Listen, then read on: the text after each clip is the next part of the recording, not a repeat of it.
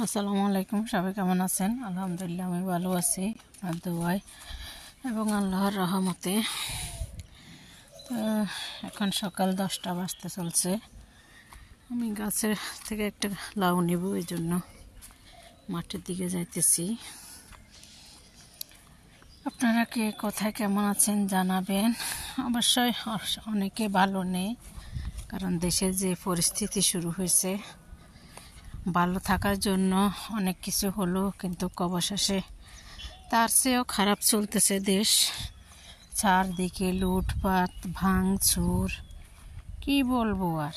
আমরা গ্রামে থাকি, আমাদের গ্রামে একই অবস্থা। গরু চুরি করতেছে, ছাগল চুরি করতেছে, ঘর চুরি করতেছে। বুঝতেছি না, সবাই স্বৈরাচার দাঁড়ালো, অথচ এখন স্বৈরাচার আরও বেড়ে গেল।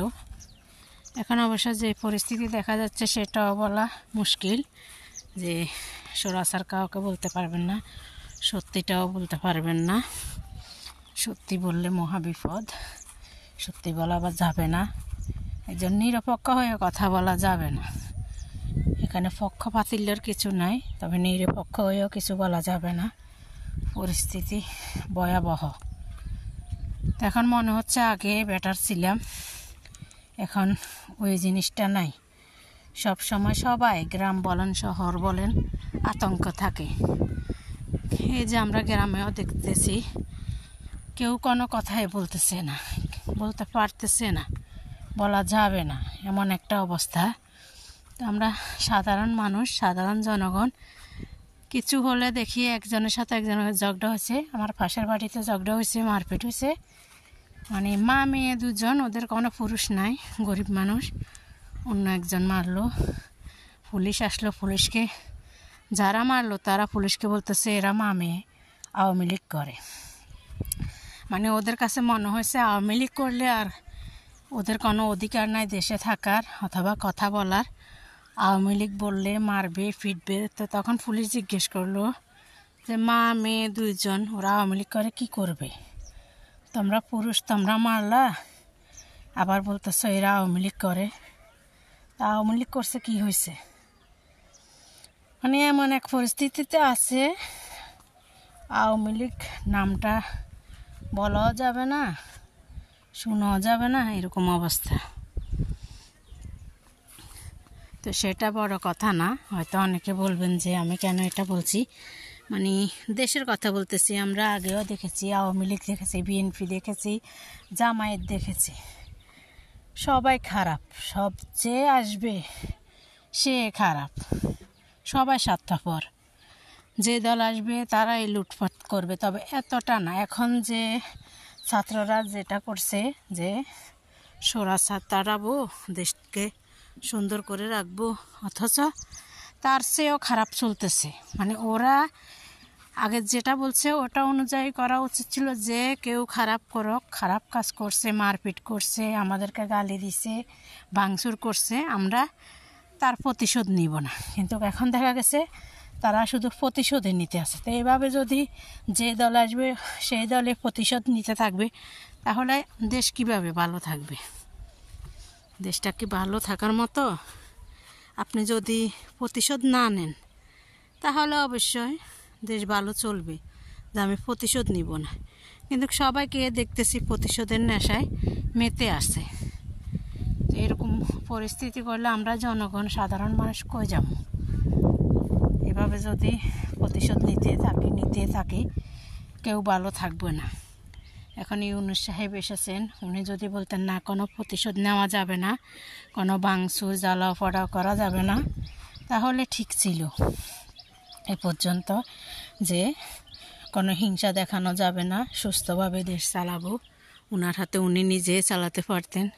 কিন্তু আমি দেখলাম আওয়ামী লীগের থেকে, বিএনপি থেকে ওনারা আরও বেশি করতেছে, অতিরিক্ত করতেছে। আমি সরকার দেখেছি, আওয়ামী লীগ দেখেছি, বিএনপি দেখেছি, দুইটাই দেখেছি। তবে ছিল হিংসা বিচ্ছেদ, সব কিছুই ছিল, অথচ এরকম ছিল না, এরকম অত্যাচার ছিল না। যে আওয়ামী লীগ সরকার আসছে, একটা একটা করে বিএনপির নাম নিলে মেরে ফেলবো, বিএনপি সরকার আসছে আবার আওয়ামী লীগ নাম নিলে মেরে ফেলবো, এরকম কিছু ছিল না।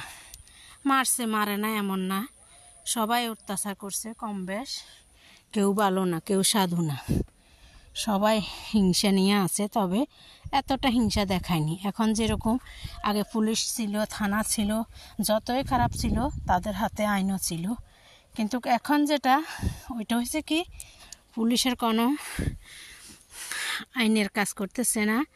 আগে বলতেছে শেখ হাসিনা দিচ্ছে না, খালেদা জিয়া দিচ্ছে না, তারেক জিয়া দিচ্ছে না, কিন্তু এখন সেনাবাহিনী পর্যন্ত মানতেছে না।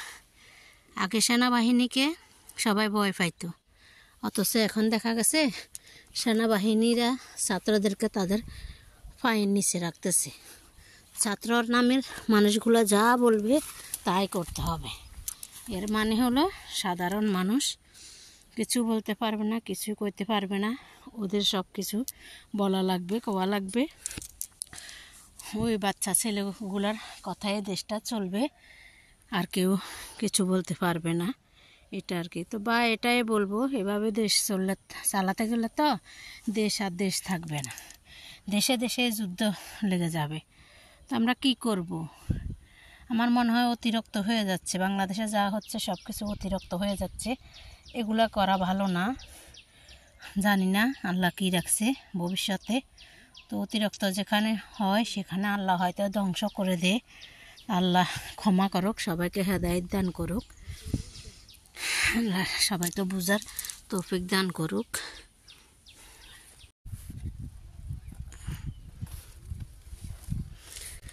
আমি আসছিলাম মূলত এখানে একটা লাউ কাটবো জন্য, তো আপনাদের সাথে কিছু কথা শেয়ার করলাম দেশের অবস্থা। তো সবাই ভালো মাইন্ডে দেখবেন, খারাপ মাইন্ডে দেখবেন না। হয়তো বলবেন যে আমি রাজনীতিক নিয়ে কারো পক্ষপাতিল্য করছি কিনা, না, পক্ষপাতিল্য না, যেগুলো সত্যি কথা ওগুলাই বলতেছি, এটা আর কি। তো আজকে এ পর্যন্ত, সবাই ভালো থাকবেন, সুস্থ থাকবেন। আল্লাহ হাফেজ, আসসালামু আলাইকুম।